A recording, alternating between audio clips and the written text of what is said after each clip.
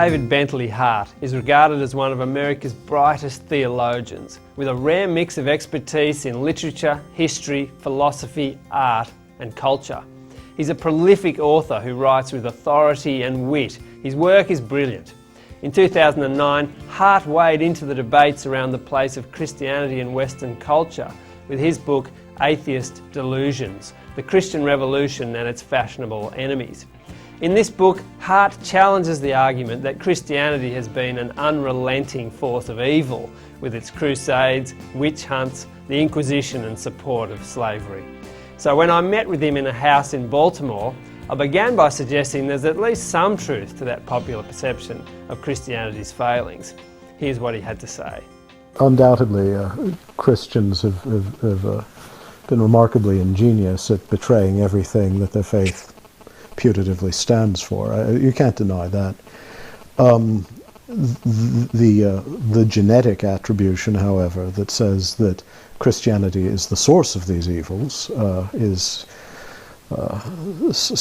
assumed rather too hastily in many cases, but you can't deny for a moment. And in fact, the historical arguments made by current critics of Christianity always tend to have more weight and to go farther, I think, than many of the attempted philosophical, metaphysical arguments, mostly because the former are obvious and the latter somewhat abstruse and often misunderstood by the critics of the tradition.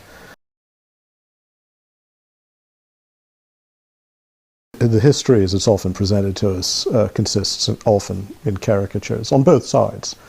Not only sort of the new atheist caricature of 2,000 years of detestation of reason and of women and endless barbarous internecine warfare and aggression, but also, of course, you get the opposite, the pious histories that refuse to acknowledge these things. But again, the question is one of causality.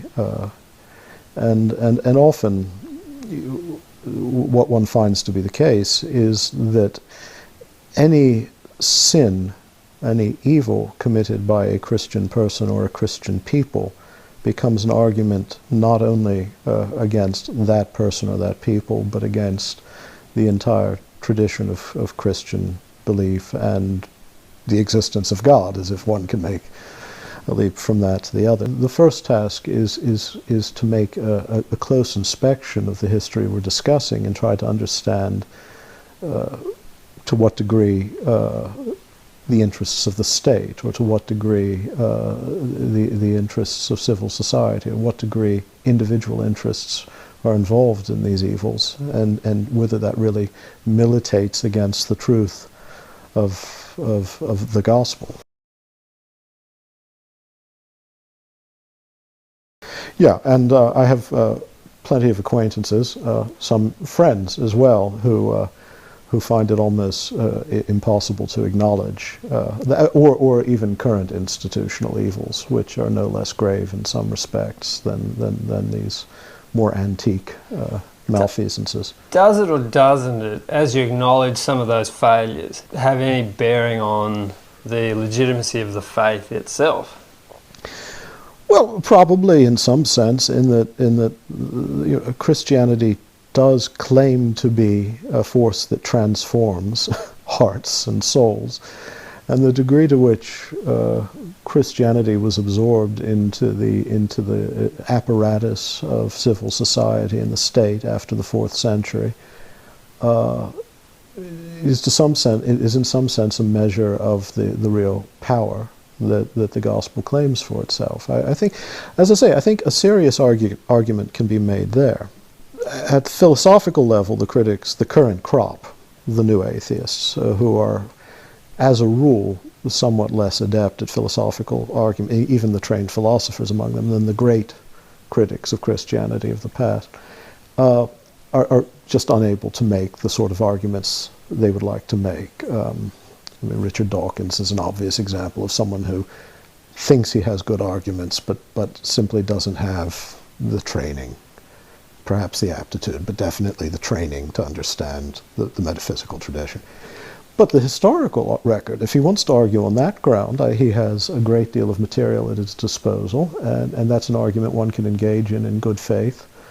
Try to correct his misapprehensions, acknowledge what he gets right, and then at the end of the day ask, but what does that mean about the system of belief, the moral content, the question of God, the question of the absolute. And for some reason these things tend to get inextricably tangled up.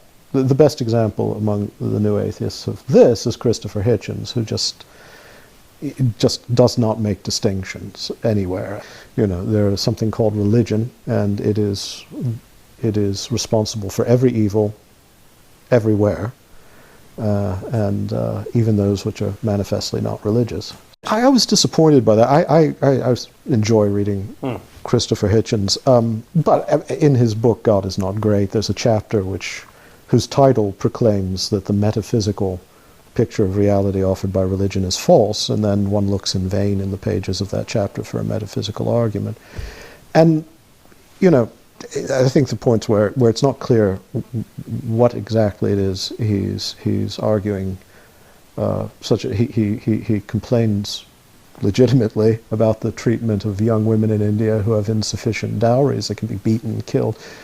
But what does that have to do with the question of religion? That's a cultural reality, but it's not something you find in the Isha Upanishad or the Bhagavad Gita. And there's just this wonderful sort of flowing together of all things into one common ocean. He makes no distinction. None.